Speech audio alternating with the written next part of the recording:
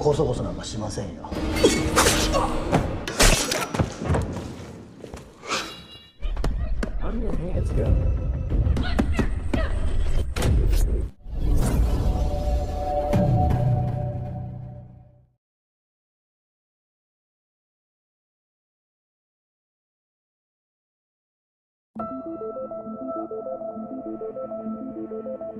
Sejak kecil ia dilatih bela diri dan menembak untuk menjadi seorang asasin atau pembunuh bayaran oleh seorang pria bernama Farik atau Vie. Gadis yatim piatu tersebut bernama Kate. Singkat cerita, di Osaka, Jepang, Kate mempersiapkan diri melaksanakan misinya membunuh dua petinggi Yakuza.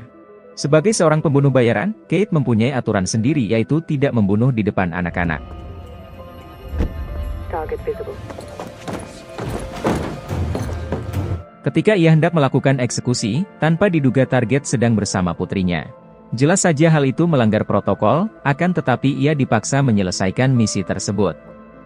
Kate dengan sangat terpaksa melaksanakan perintah yang bertentangan dengan hati nuraninya.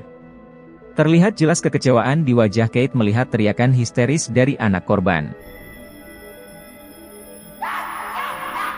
Tewasnya rekan kerjanya membuat salah satu petinggi Yakuza bernama Kijima langsung meninggalkan TKP, yang membuat Kate melewatkan target keduanya. Singkat cerita 10 bulan pun berlalu, Kate belum bisa melupakan kejadian itu, ia berniat pensiun dini dari dunia kriminal dan menghabiskan sisa hidupnya secara normal seperti pada umumnya yaitu menikah dan memiliki anak. Akan tetapi, Vi mengabaikan permintaan Kate, ia hanya memberikan cuti selama 2 hari untuk healing. Namun sebelumnya ia harus menyelesaikan misi terakhir menghabisi Kijima yang sempat lolos waktu itu. Selama 12 tahun menjadi asasin, Kate belum pernah sekalipun gagal menyelesaikan misinya, itu alasan kenapa Vi tak mau melepaskannya. Malam itu Kate bertemu seorang pria bernama Stephen yang berakhir di kamar hotel. Setelah bercocok tanam, Kate mendapat pesan menyelesaikan misi terakhirnya menghabisi Kijima. Namun sebelumnya ia sempat memeriksa identitas Stephen. Setelah berada di posisi, tiba-tiba Kate merasa pusing, yang menyebabkan tembakannya meleset untuk pertama kali dalam hidupnya. Akibatnya, ia menjadi incaran anak buah Kijima.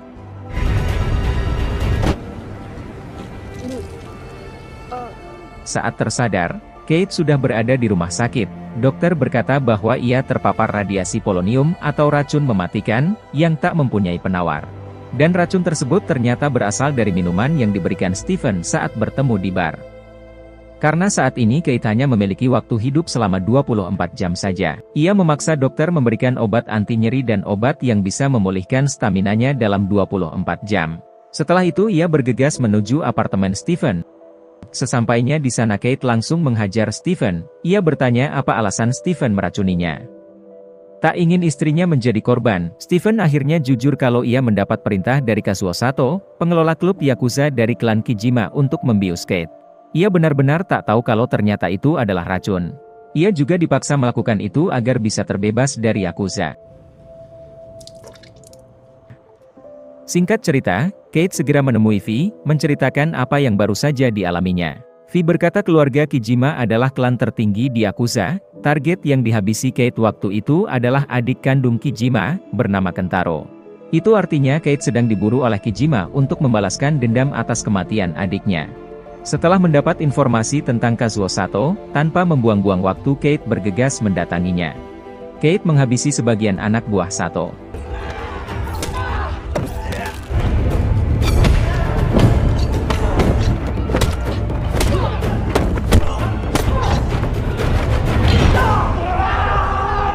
Sato berkata bahwa ia melakukan itu atas perintah seseorang. Untuk mengetahui lokasi keberadaan Kijima, Kate harus menemui Ani, ponakan Kijima, anak dari Kentaro. Sebenarnya Kate masih merasa bersalah terhadap Ani, ia terpaksa menculiknya agar bisa menemui Kijima. Sayangnya Ani tak memiliki nomor HP Kijima, ia berkomunikasi dengan pamannya Kijima melalui penasehat utama klan bernama Renji. Jabatan tersebut dulunya dipegang oleh Kentaro ayah Ani. Ia memberi waktu 1 jam untuk menemuinya, jika tidak, maka nyawa Ani sebagai gantinya. Setelah itu, Kate mengobati lukanya, memotong rambut, menyekap Ani di toilet lalu pergi membeli makanan. You wait, bitch!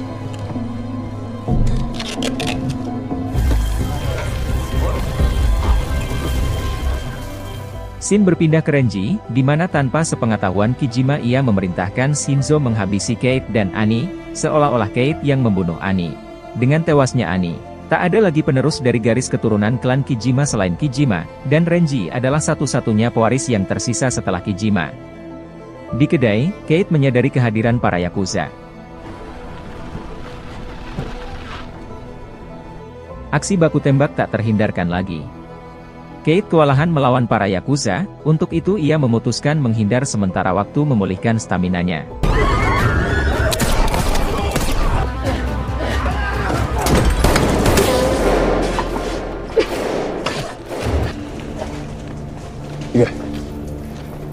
Sementara itu di toilet, Annie berhasil melepaskan ikatannya dan malah bertemu Shinzo.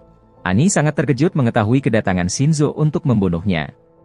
Beruntung Kate datang tepat waktu menyelamatkan Annie.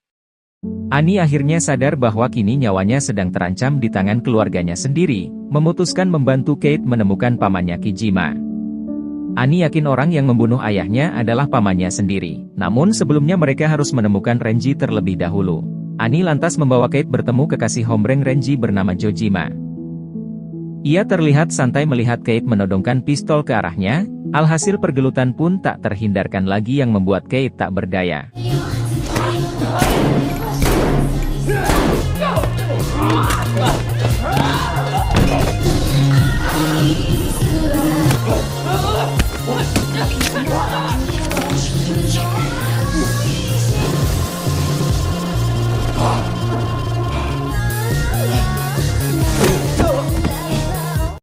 Beruntung Annie berhasil menyelamatkannya. Dari iPad Jojima, mereka bisa melacak keberadaan Renji. Sebelum pergi, Kate mengambil senjata milik Jojima. Berangkatlah mereka menuju TKP. Dalam perjalanan, Kate menghubungi Vi mengabari bahwa ia akan segera menuntaskan misi terakhirnya membunuh Kijima sekaligus berpamitan. Ia meminta Vi mengambil mayatnya dan menguburkannya. Singkat cerita tibalah mereka di TKP, setelah mendapatkan informasi, mereka berdua bergegas ke lokasi Kijima berada. When he disappears like this, he says, saat Kate tertidur, Annie sempat mengambil gambar kebersamaannya bersama Kate. Sesampainya di sana, Kate memutuskan masuk seorang diri menemui Kijima dan meminta Annie pergi. Akan tetapi Annie tetap menunggu Kate di pintu gerbang. Kijima yang mengetahui kedatangan Kate, menyambutnya dengan ramah. Terungkap fakta bahwa yang meracuni Kate adalah Vi, orang yang dianggapnya seperti ayah. Selama ini, Vi bersekutu dengan Renji melengsarkan Kijima dan ayah Annie. Kijima hanyalah korban pengkhianatan dari orang kepercayaannya, begitupun Kate, yang diperalat dan dijadikan mesin pembunuh. Alasan Vi ingin membunuh Kate, karena jika ia pensi dan tak berhasil membunuh Kijima maka, rahasia kematian orang tua Kate akan terungkap, di mana pelakunya adalah Vi. Meskipun Kate sudah melihat bukti tersebut namun ia tetap akan menyelesaikan misi terakhirnya. Sementara itu di luar rumah, Vi mendekati Annie. Ia membeberkan fakta bahwa Kate adalah pembunuh ayahnya yang sebenarnya.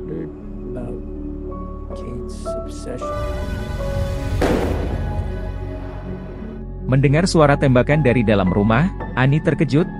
Ia melampiaskan semua amarahnya dengan menembak Kate karena telah menghabisi seluruh keluarganya. Vi berencana melatih Annie menggantikan Kate.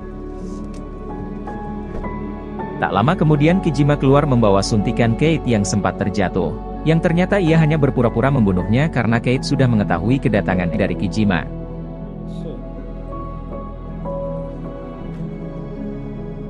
Di perusahaan Kijima, Vi resmi menjadi bagian dari Yakuza. Annie mulai meragukan omongan Vi saat melihat keakraban mereka berdua. Kembali ke Kate dan Kijima yang kini sedang OTW menyelamatkan Annie dan balas dendam kepada Vi karena telah mengkhianatinya. Singkat cerita sampailah mereka di TKP, Kate dibantu anak buah Kijima langsung melancarkan aksinya. Pertarungan FF Yakuza kubu Kijima versus kubu Renji tak terhindarkan lagi.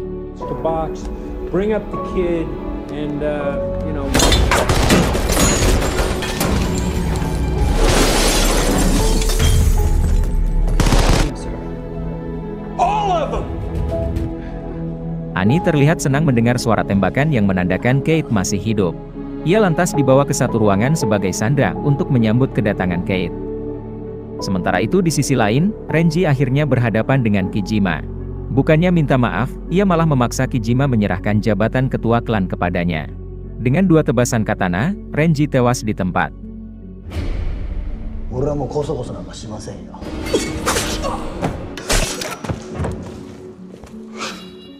Shin berpindah ke Kate yang kini sedang berhadapan dengan Vi. Meskipun dalam keadaan sekarat, duet baku tembak dimenangkan oleh Kate.